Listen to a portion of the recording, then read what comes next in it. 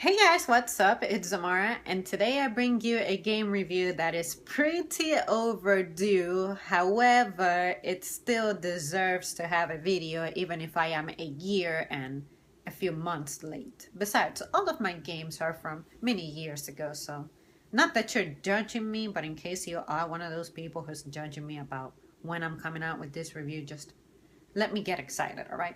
So, Metal Gear Solid 5 Ground Zeroes and The Phantom Pain. I'm going to discuss these two games in this video.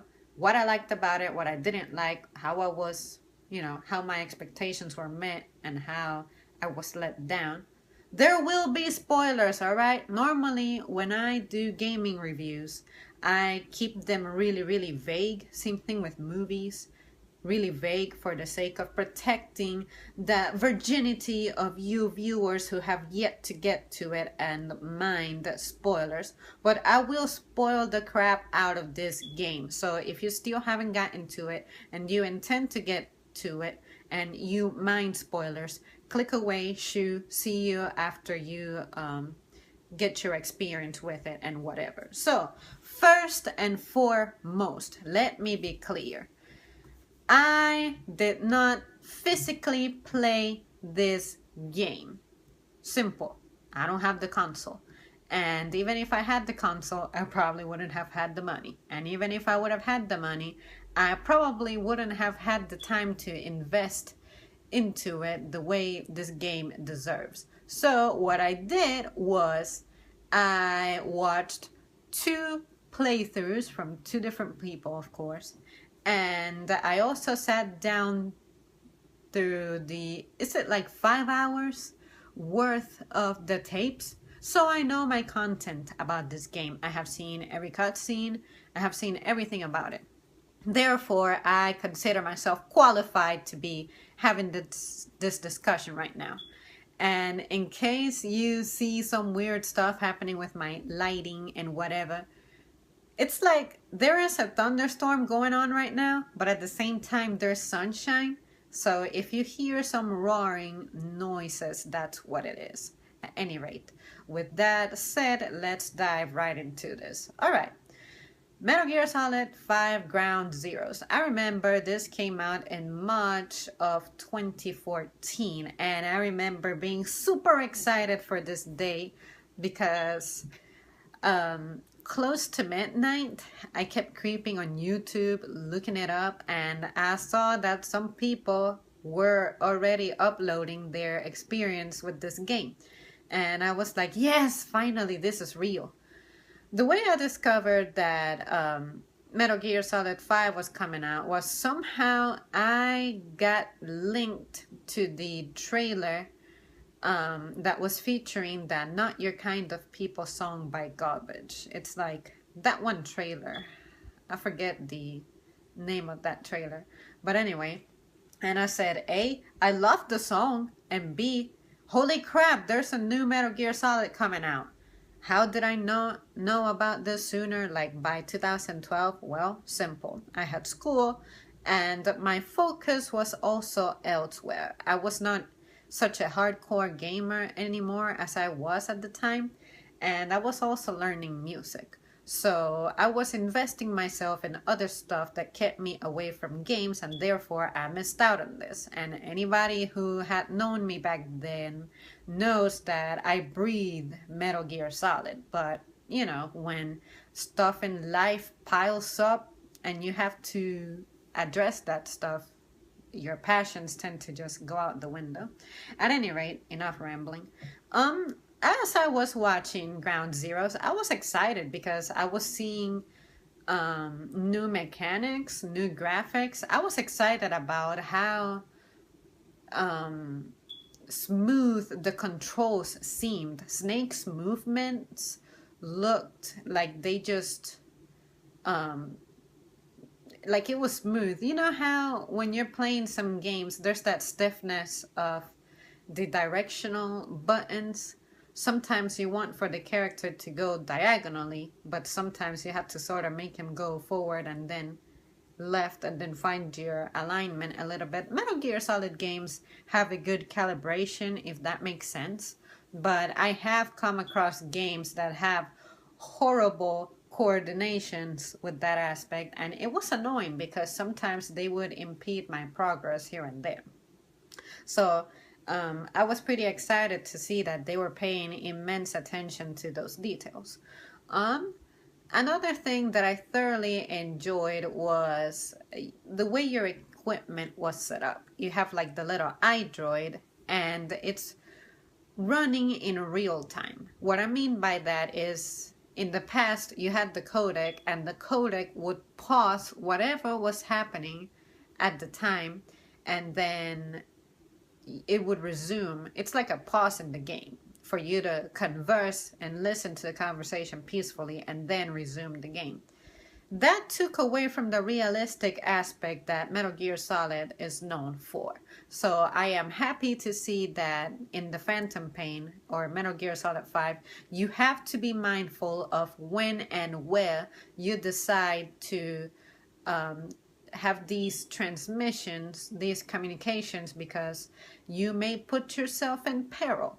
And it gives it a more realistic touch. It's like, all right, it's like playing with your phone. You want to be paying attention to it because otherwise you're going to tap something that you're not supposed to. But yeah, another thing I was really enjoying about Ground Zeroes was the story.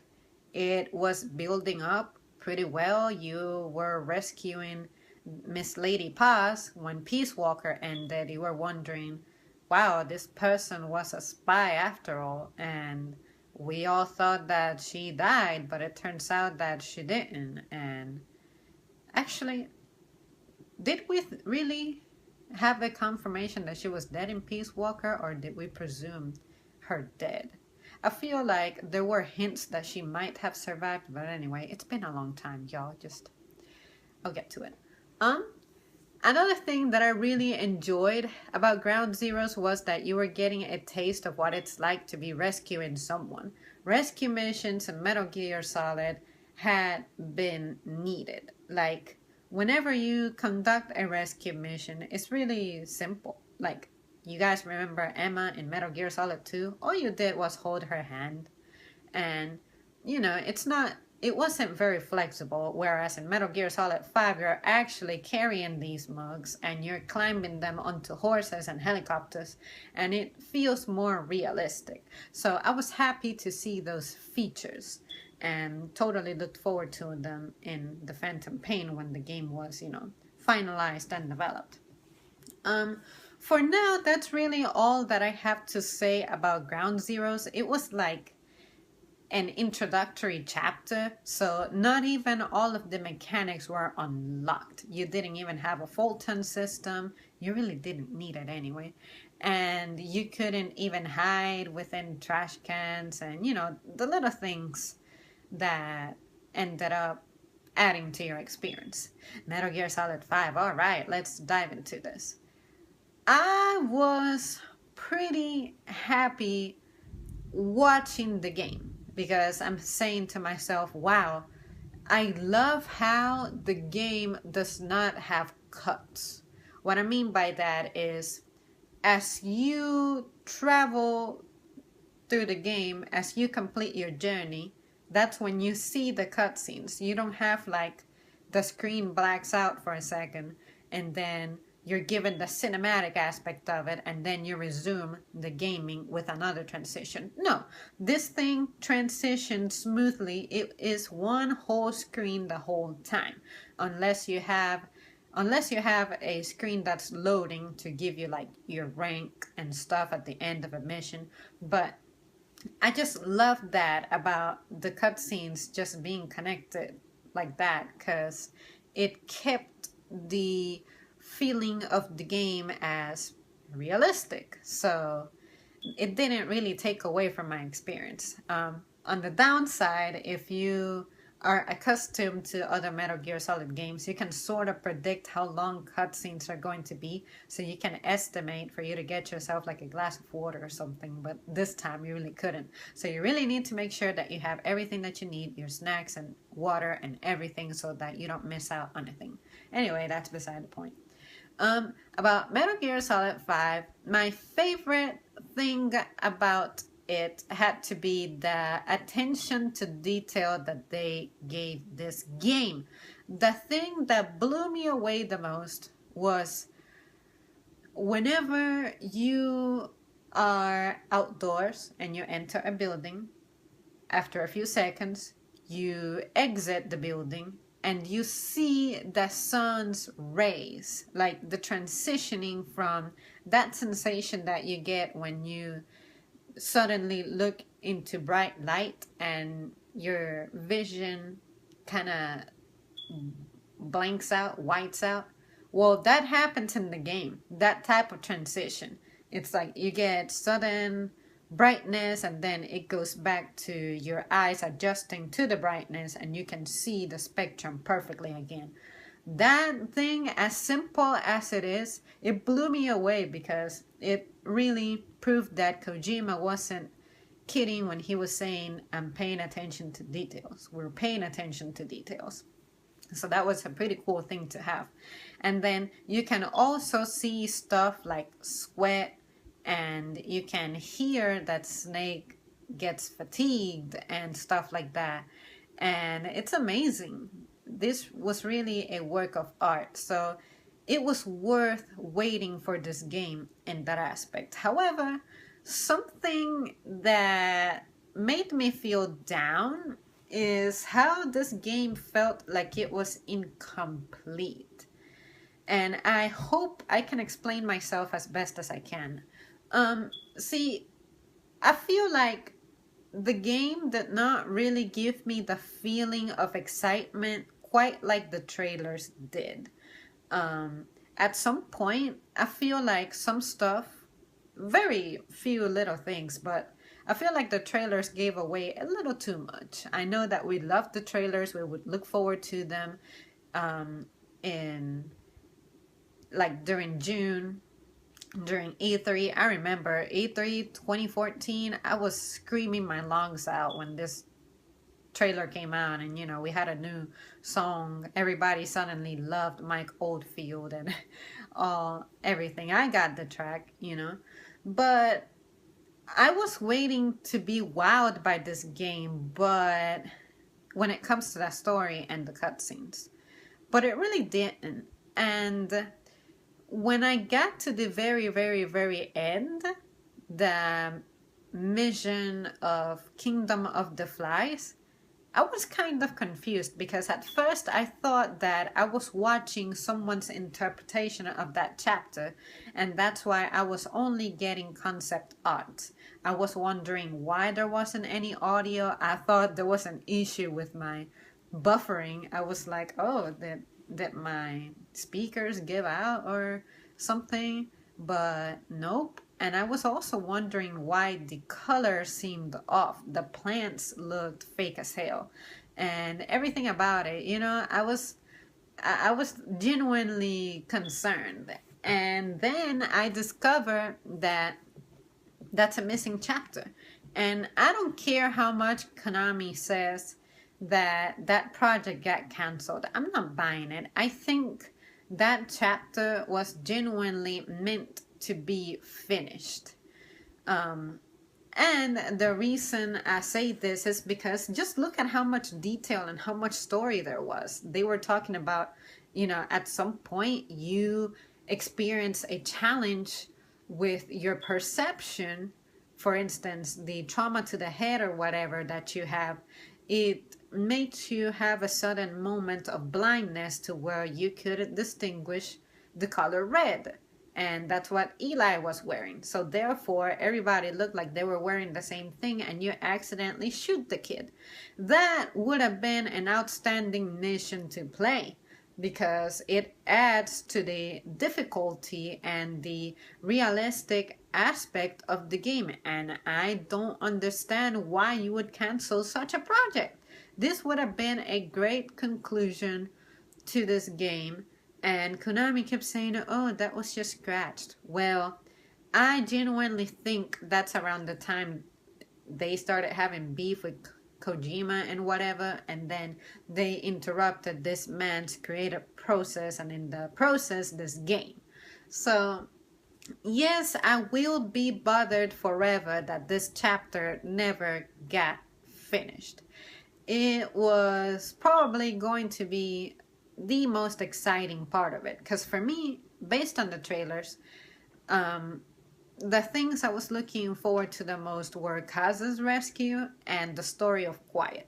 And the story of Quiet turned out to be much more simplistic and less frightening than I thought. For some reason, I thought that she was going to really have a dark story, but it really didn't shock me like that, you know? So she was okay. She's definitely one of my favorite characters, if not my favorite character. But I feel like this final mission would have provided for me much more excitement and satisfaction than the rest of the game. And I know that I have seen what some of you guys have had to say on the matter, and I agree with some of you. And another thing is that this game toward the end felt like Metal Gear Solid 2 on the aspect of being confusing, because the very, very end, when your character, the medic, is looking in the mirror, and then suddenly you have the image of Big Boss, but then you have the image that you selected at the beginning of the game when you were concealing yourself at the hospital scene and all that. I was like, what the hell am I watching? Like, I must have really dozed off, because I feel so lost and confused right now. But I am happy that some people out there dedicated to explain what that was about. And to sum it up and paraphrase it, it's Kojima granting you the control of selecting your player, customizing your player to reflect you. We have been used to playing as Solid Snake, as Raiden, as Big Boss, but they already have their pre-established personalities. Whereas in Metal Gear Solid 5, you get to select what kind of boss you are, you know.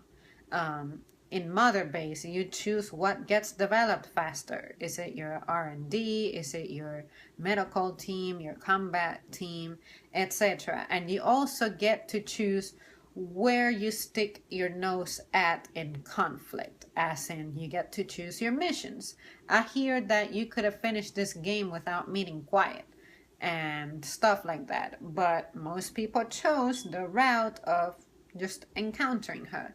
So I think that was amazing and that was beautiful, and I'm happy that upon watching someone's explanation of it, I was able to appreciate this game better. But there are some things about it that I feel were left out. And I must also remember, I'm trying to be as unbiased as I can, given that I did not physically play this game. I may be missing out on a lot of things. But at the same time, I watched enough of this game to where I know what I'm saying. I know what playing is like. I know what gaming is like. And if you've known me for long enough, you know that I enjoy to watch games more than playing them. So, was I satisfied in the end? Yes, but there were some things that left me wishing for more. And with Metal Gear Survive Out, I'm seeing the demise of Metal Gear Solid as a series. And that kind of depresses me a bit. All I would like is for Kojima to be interested in